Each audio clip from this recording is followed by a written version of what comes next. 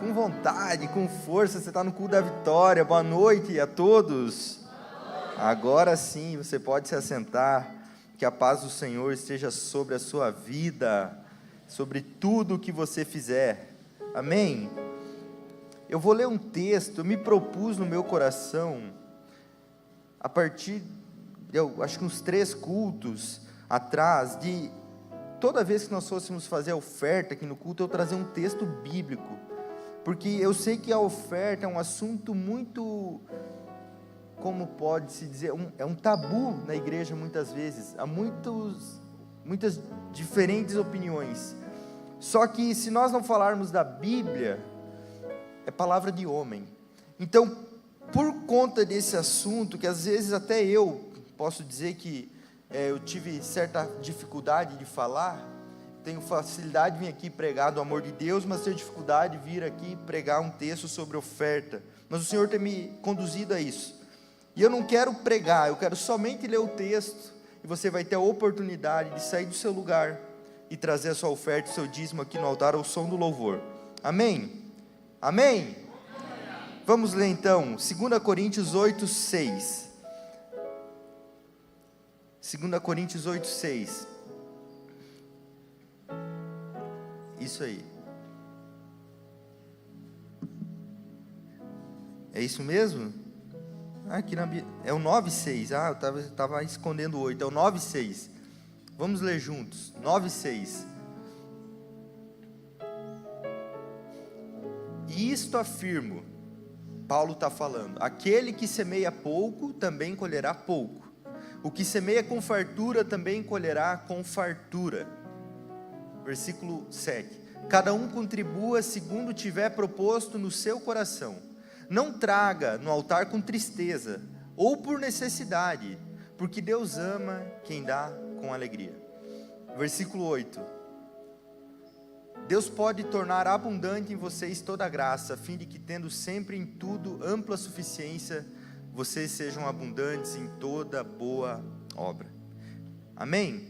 Então você pode sair do seu lugar, trazer aqui no altar os seus dízimos e as ofertas.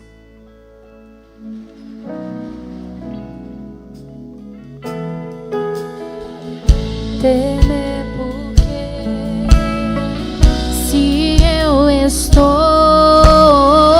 guardado por quem nunca perdeu batalhas, seu nome é Jeová Jireh, irás prover de novo. Eu creio em ti, haja o que houver, venha o que vier, irás prover de novo. Eu creio em ti. Glória a Deus. Sentado como você está, coloque uma mão no seu coração, estenda a outra para cá. Pai, com uma mão no nosso coração, esperar essa menina linda ofertar aqui, que Deus te abençoe. Pai, com a mão no nosso coração, nós estamos orando pela nossa vida, Pai. Nossa vida financeira pertence ao Senhor. Eu oro que o Senhor multiplique o recurso na vida dos teus filhos e que o Senhor também fale conosco nessa noite. Com as mãos estendidas para cá, nós oramos por cada recurso aqui depositado, que sejam tratados com seriedade e santidade, que o Senhor nunca deixe faltar a provisão nessa casa. Em nome de Jesus, amém. Amém? Dá um amém forte. Amém. Hoje a gente está em menor número, porque nós temos lá o seminário de cura e libertação. Também é um dia frio e chuvoso, mas a gente não pode deixar com que isso afete a nossa adoração a Deus, o nosso culto a Deus. Você sabe do quanto Jesus precisa para mudar a sua vida? A Bíblia diz que onde 2 ou mais estiverem reunidos no nome dele, ali ele estaria presente. Eu pensei assim hoje: se todo mundo for no seminário e ficar só eu lá, eu vou para o seminário. Se eu tiver só eu, mas se tiver eu e mais um, eu vou pregar, e vou pregar como se eu estivesse pregando para a multidão, porque às vezes uma pessoa pode alcançar uma multidão. Eu posso estar pregando para você, mas o que Deus vai fazer através de você eu não faço ideia. Então eu preciso pregar em tempo e fora de tempo, com o mesmo zelo, como se isso aqui estivesse cheio. Então o nosso culto não pode ser baseado nas circunstâncias. O nosso culto a Deus precisa ser baseado na nossa convicção em Deus. Amém? Você entende o que eu falo? Concorda comigo? Amém? Mas antes de irmos para a palavra de Deus, eu gostaria de saber se tem alguém que nos visita pela primeira vez. Você faz um sinal com a sua mão, levanta a sua mão. Se tem alguém que nos visita hoje, sejam muito bem-vindas. Por favor, permaneça com a mão levantada até receber um connect. Aqui é visitante também, pela primeira vez? Não? Amém. Sejam muito bem-vindas. Vocês que são da casa, também sejam muito bem-vindos. Quantos aqui participaram da série de mensagens que nós tivemos? Fala o sinal. Vocês gostaram? Sim? Foi muito boa, né? Tem novidade vindo por aí. E vai ser muito bom. No fim do culto eu anuncio. Tá bom? Filipenses capítulo 4. Vamos lá para Filipenses.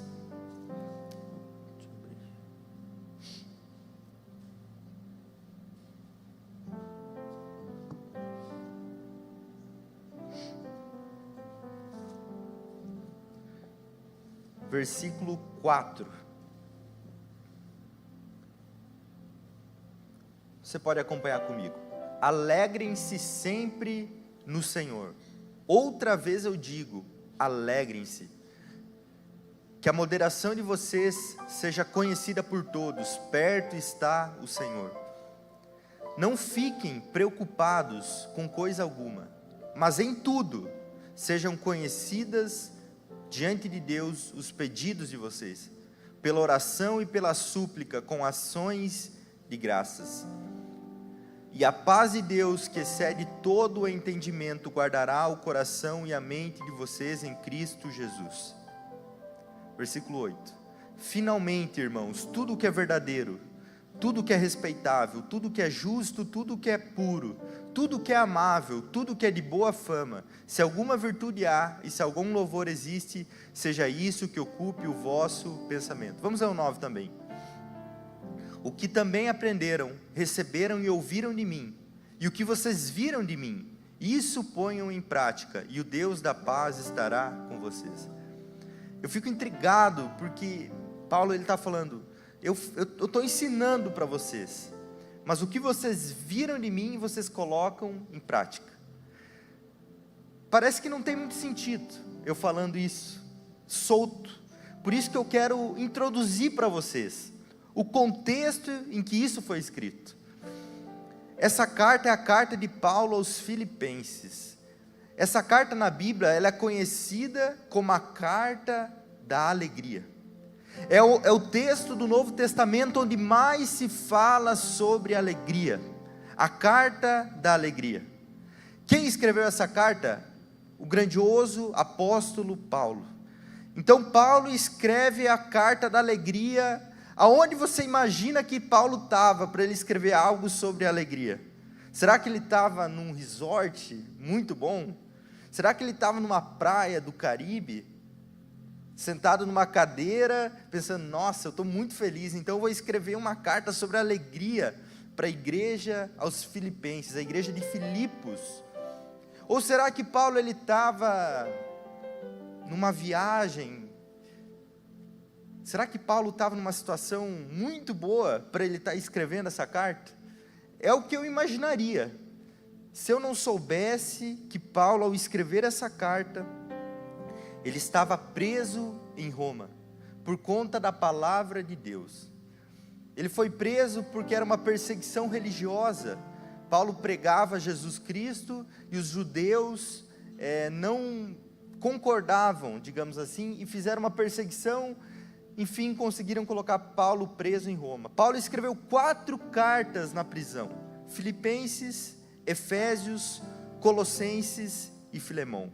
Nessa prisão em Roma, Paulo usou do tempo dele para escrever essas cartas. Ele diz inclusive na carta, essa carta, você tem a tarefa de casa, você pode ler em casa hoje ou amanhã ou essa semana, são 4 capítulos.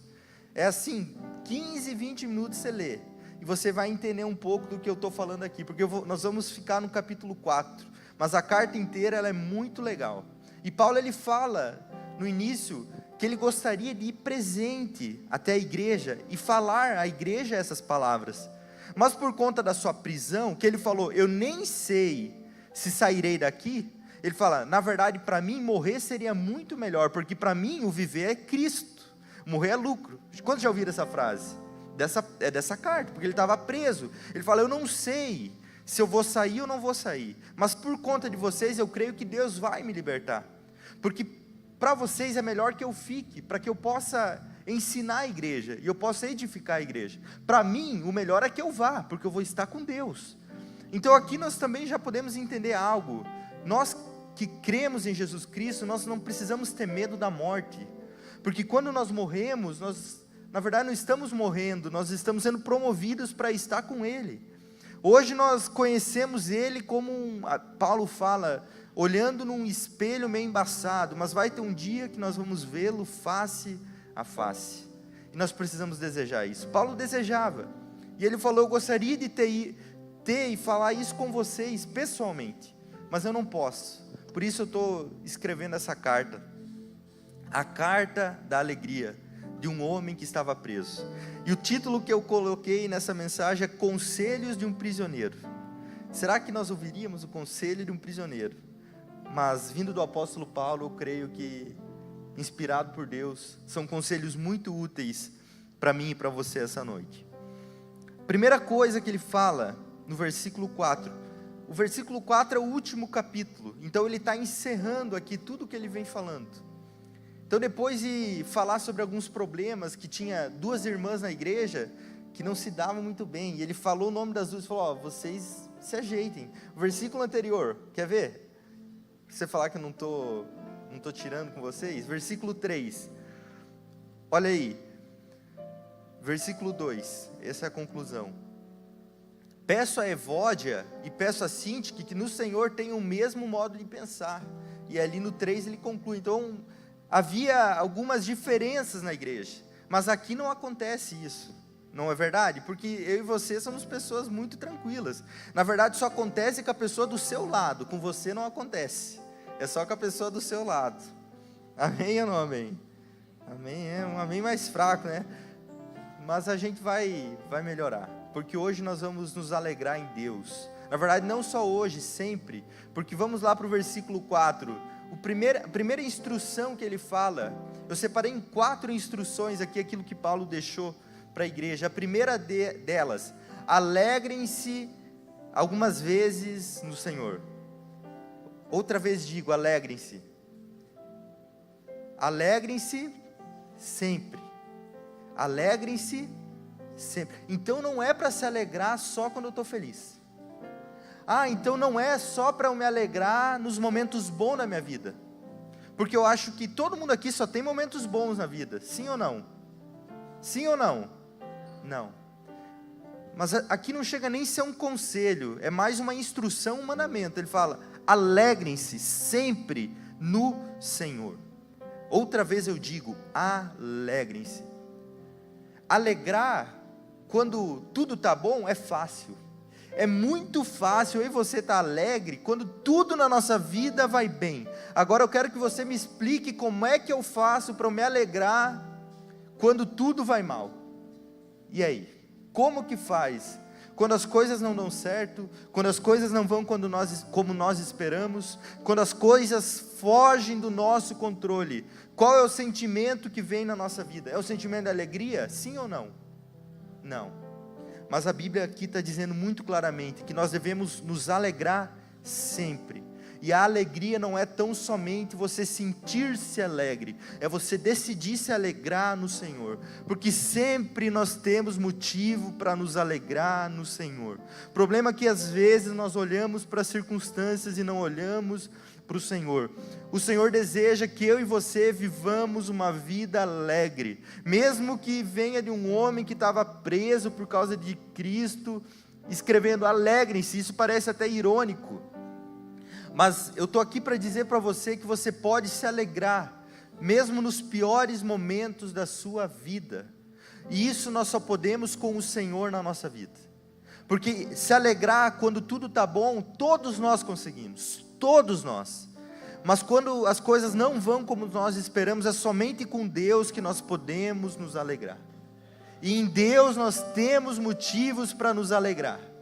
Neemias foi um homem chamado por Deus para reconstruir os muros de Jerusalém. Esdras havia reconstruído o templo de Salomão. Quantos já ouviram falar do templo de Salomão? Foi um templo magnífico, ouro. A Bíblia diz que a prata era tão comum como as pedras, o ouro era em abundância, então aquele templo era majestoso, o templo de Deus. Só que eles foram conquistados pelos babilônicos, eles foram para o cativeiro, e aí Deus traz Esdras para reconstruir o templo. Só que o templo que Esdras reconstruiu era um templo muito menos glamuroso, era muito menos bonito do que aquele templo de Salomão. E aí a Bíblia diz que os jovens se alegraram, porque imagina, eles estavam presos na Babilônia, escravos, couro no lombo, agora eles têm um templo. Só que os velhos que tinham visto o templo de Salomão choravam, e a Bíblia diz que os jovens se alegravam tanto, e os velhos choravam tanto, que você não conseguia saber o que era choro e o que era alegria, era misturado o negócio ali. Só que Neemias fala: a alegria do Senhor é a força de vocês, porque a glória da segunda casa será maior do que a primeira, a glória do fim será maior do que a primeira. Por que que eu e você devemos nos alegrar mesmo nos piores momentos? Porque não tem nada nessa vida que possa roubar a esperança de quem crê em Deus, não existe nada. Mesmo que tirem a sua vida sem a sua vontade, isso não tem a capacidade de tirar a esperança que você tem em Deus. Não tem doença, não tem dificuldade, não tem limitação que possa tirar a nossa esperança em Deus. Não existe nada que nos separe do amor de Deus. Tribulação, perigo, nudez, Paulo fala, não tem nada que nos separe de nós e do nosso Deus, da esperança que nós temos em Deus. Por isso que eu e você devemos nos alegrar sempre. Alegrem-se sempre, digo outra vez, alegrem-se, porque as momentâneas tribulações produzem na sua vida um peso de glória. Creia que Deus tem um propósito para a sua dor. Deus tem um propósito para esse momento difícil, por isso você pode se alegrar, porque com Deus o melhor é o fim das coisas que o início delas. Essa situação não é o seu fim. Deus, Ele tem algo preparado para você. Deus tem algo que você vai chegar no fim, você vai olhar para trás e vai falar: valeu a pena. Por isso alegre-se como alguém que crê em Deus, como alguém que crê que o fim vai ser melhor. Porque se nós olharmos as circunstâncias, nós desanimamos. Mas Paulo, nesse texto, ele nem faz menção de circunstâncias, ele nem faz menção de nada. Ele fala: alegrem-se sempre. Ele não está falando se, ele não está falando quando, ele falou sempre, em todos os momentos: alegre-se no Senhor. Talvez tenha pessoas aqui hoje que há muito tempo não sentem alegria de viver. Eu quero declarar hoje sobre a sua vida que Deus vai trazer alegria ao seu coração. Onde havia tristeza, onde havia choro, onde havia lágrimas, onde havia depressão, hoje vai vir alegria. Hoje Deus vai colocar alegria na sua vida. A Bíblia diz: o choro dura uma noite, o choro não é para sempre, mas a alegria vem pela manhã. Nem uma tempestade, nem uma noite é para sempre. O sol, ele há de brilhar sobre a terra. A noite pode parecer longa, mas o sol vai brilhar. Por isso alegre-se. Esse é o conselho de Deus para você hoje. Essa é a direção de Deus para você. Alegre-se sempre. Decida viver uma vida alegre. Porque tem pessoas, eu conheci já pessoas que me constrangeram com a alegria que elas carregavam. Eu olhava para a vida delas e eu falava: meu Deus, se eu vivesse a vida que essa pessoa vive, eu não ia viver com a alegria que ela vive. Talvez eu estaria reclamando de viver, mas eu olho para a pessoa e eu vejo alegria. Meu Deus, que constrangimento. E eu falo com Deus: Senhor, me ajuda a ser alegre, independente das circunstâncias. Tem mais, uma pessoa alegre, todo mundo quer estar perto. Uma pessoa feliz, todo mundo quer estar perto. E Deus, Ele deseja que nós sejamos assim. Nós somos filhos dEle, Ele nos ama. Nós cantamos aqui, nós temos motivo para nos alegrar. Nós temos muitos motivos. Se eu começar a falar aqui, eu acabo o culto aqui e nós vamos embora sem falar tudo. Sua visão, seu ar para respirar, tudo que você tem, são motivos de alegria. Eu vi uma história, o Hernandes Dias Lopes contando, quando o Rockefeller, talvez a família Rockefeller hoje ainda seja uma das mais ricas do mundo, e quando esse cara morre, foi um ato fúnebre e tudo mais, e chegou um cara curioso, e foi no contador dele, no contador do Rockefeller, curioso: cara, me diz, quanto é que esse cara deixou? E o contador falou para ele: cara, você não sabe quanto ele deixou? Não, me conta, eu quero saber. Ele falou: ele deixou tudo, não levou nada, da nossa vida nós não levamos nada. Então nós não podemos pautar nossa alegria no que nós temos, nós não podemos, porque hoje nós temos, amanhã nós não temos. A alegria é algo que vem de dentro, é algo que Deus coloca na minha e na sua vida. A alegria de ter o Senhor presente, não tem nada que se compare a isso, não tem nada. Só que tem mais. Esse foi o primeiro conselho. Vamos para o segundo, versículo 5. A moderação de vocês seja conhecida por todos, perto está o Senhor. Deus, Ele não nos deu um espírito nem de mais e nem de menos. Deus deu um espírito de moderação. Vocês gostam de comida sem sal? Sim ou não? Vocês gostam de comida com muito sal? Não. Vocês gostam com comida com sal na medida certa, igual eu, certo? E Deus, Ele nos deu um espírito de moderação. Você pode estar vivendo um momento muito bom na sua vida. Não se exalte, porque pode ser que isso seja o motivo da sua queda. Seja moderado. Você pode estar vivendo o pior momento da sua vida, mas não pense que tudo acabou. Seja moderado. Deus nos deu um espírito de ousadia, mas também um espírito de moderação. A gente não pode ser uma pessoa na vida muito, nem uma pessoa muito pouco. Não pode ser de mais e não pode ser de menos. A gente não pode ser uma pessoa instável. A gente precisa ser uma pessoa moderada. Porque na moderação reside a sabedoria. Sabedoria é ter equilíbrio nas coisas. Sabedoria é você saber discernir aquilo que você tem que fazer e aquilo que você não tem que fazer, e aquilo que Deus vai fazer por você. Sabedoria é você entender os momentos da sua vida. Por isso que ele fala: sejam moderados em tudo que vocês vão fazer. Esse é um bom conselho também para mim e para você essa noite, porque se você for muito intenso, talvez você se canse muito rápido. Só que talvez se você for muito devagar, talvez você não alcance coisa alguma. Então você precisa aprender a ser moderado, temperado, na medida certa, nem de mais e nem de menos. Versículo 6, nossa, esse é muito legal. Ele fala aqui, não fiquem preocupados com algumas coisas, mas em algumas coisas sejam conhecidas diante de Deus os pedidos de vocês, pela oração e pela súplica com ações de graças. É isso? Você está comigo? Não fiquem preocupados com nada. Não fiquem preocupados com nada. Nada. O que é nada no original? É nada, não é nada. Mas em tudo. O que é tudo no original da palavra? É tudo. O original de tudo é tudo. Então vocês não devem se preocupar com nada. E aqui ele dá um segredo.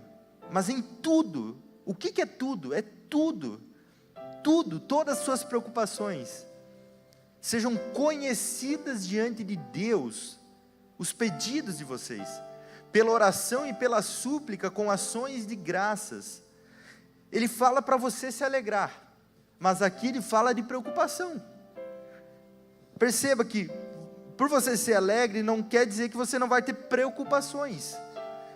Mas nós devemos pegar as nossas preocupações e colocar elas diante de Deus. Que as nossas preocupações sejam conhecidas diante de Deus.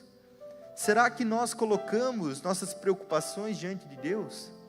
Será que nós temos a humildade de nos dobrar diante de Deus e colocar para Ele aquilo que tem atribulado a nossa vida? Porque você ser preocupado é você estar vivendo no futuro. Você não está vivendo hoje, você está vivendo no amanhã, você é alguém ansioso.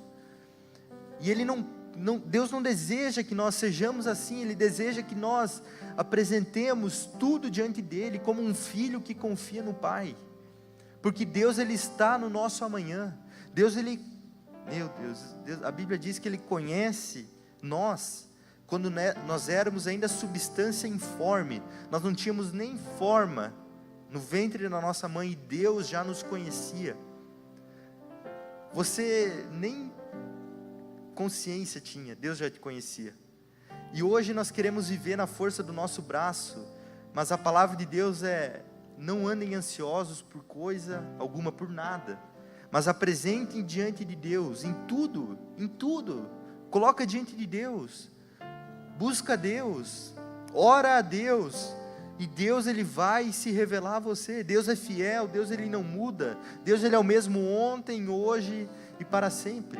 Jesus Cristo fala em Mateus 6,33, busquem em primeiro lugar o reino de Deus, a sua justiça, e estas coisas vos serão acrescentadas. E aí Ele fala: vós que andam ansiosos, porventura vocês podem acrescentar um côvado na vida de vocês? Você sabe quanto é um côvado? É 15 centímetros, é mais ou menos a medida da mão até o cotovelo, um côvado. Jesus falou: por mais que vocês andem ansiosos, vocês conseguem acrescentar 15 centímetros, é uma medida pequena. Ele está fazendo uma comparação. A gente não consegue, a sua ansiedade, a sua preocupação, ela tem o poder de mudar nada na sua vida. Ela só vai te segurar, ela só vai te travar, ela só vai te fazer ser alguém ansioso. Quando a Bíblia nos fala: não andem preocupados, nós temos um Pai que cuida de nós, apresente diante de Deus em tudo, em tudo. Você pode falar: você não sabe o meu problema. Realmente eu não sei, mas coloca diante de Deus e depois você me conta.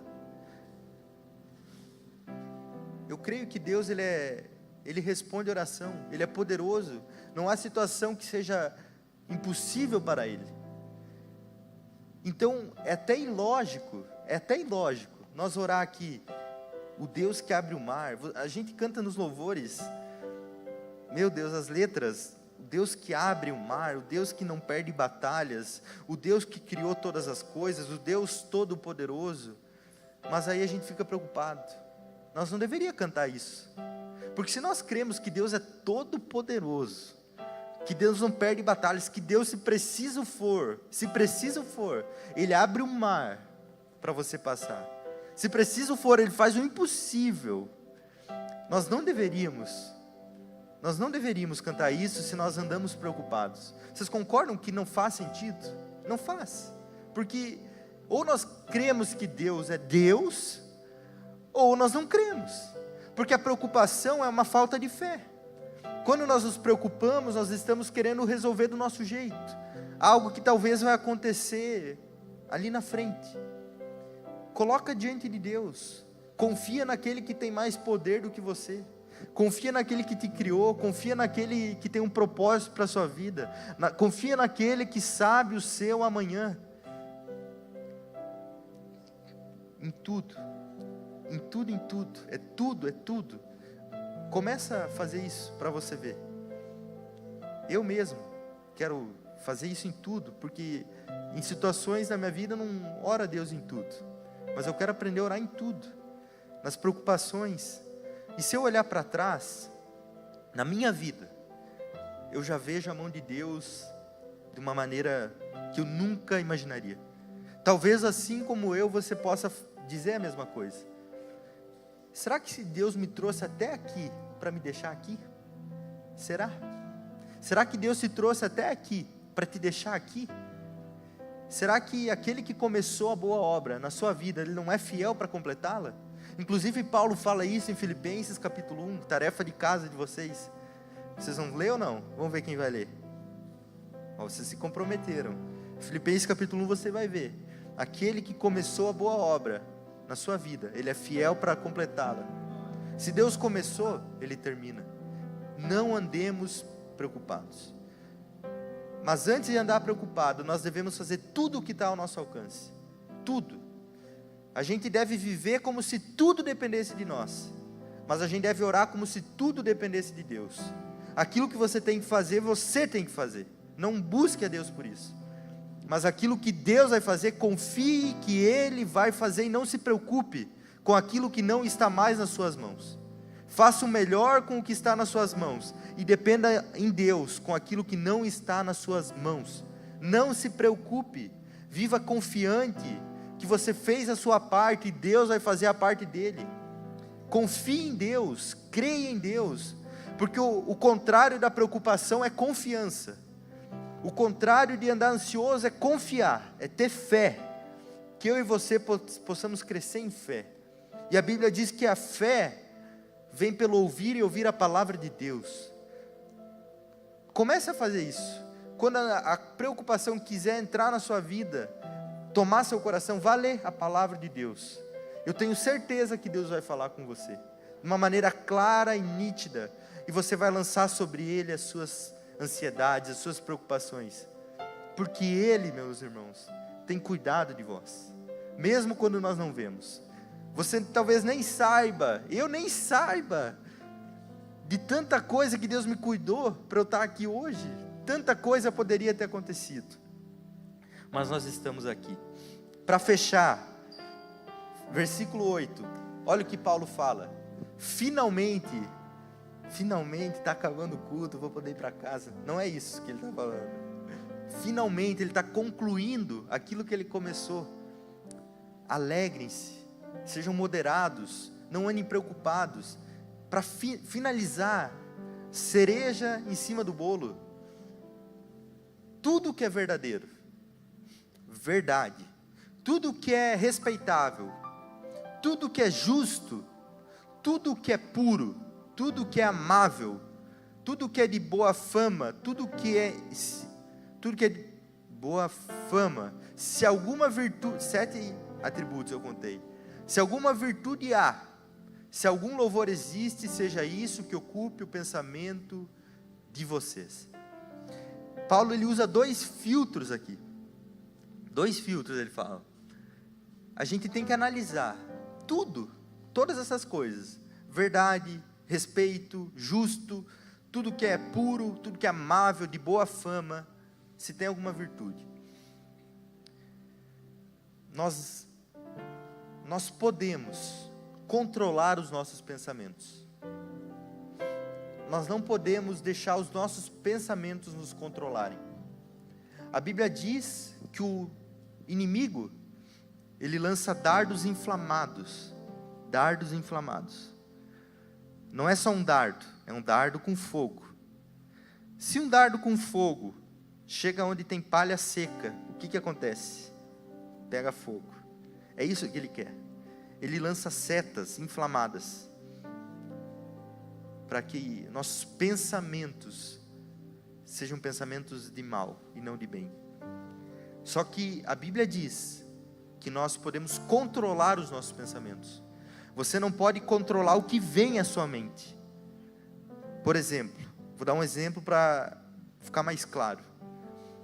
Você não pode controlar um passarinho de voar sobre a sua cabeça. Consegue? Sim ou não? Mas se ele for querer fazer um ninho na tua cabeça, você consegue deixar ele? Sim ou não? Você pode falar para ele não fazer? Não deixar ele fazer? É assim com os pensamentos. Pensamentos ruins, todos nós temos. Eles passam.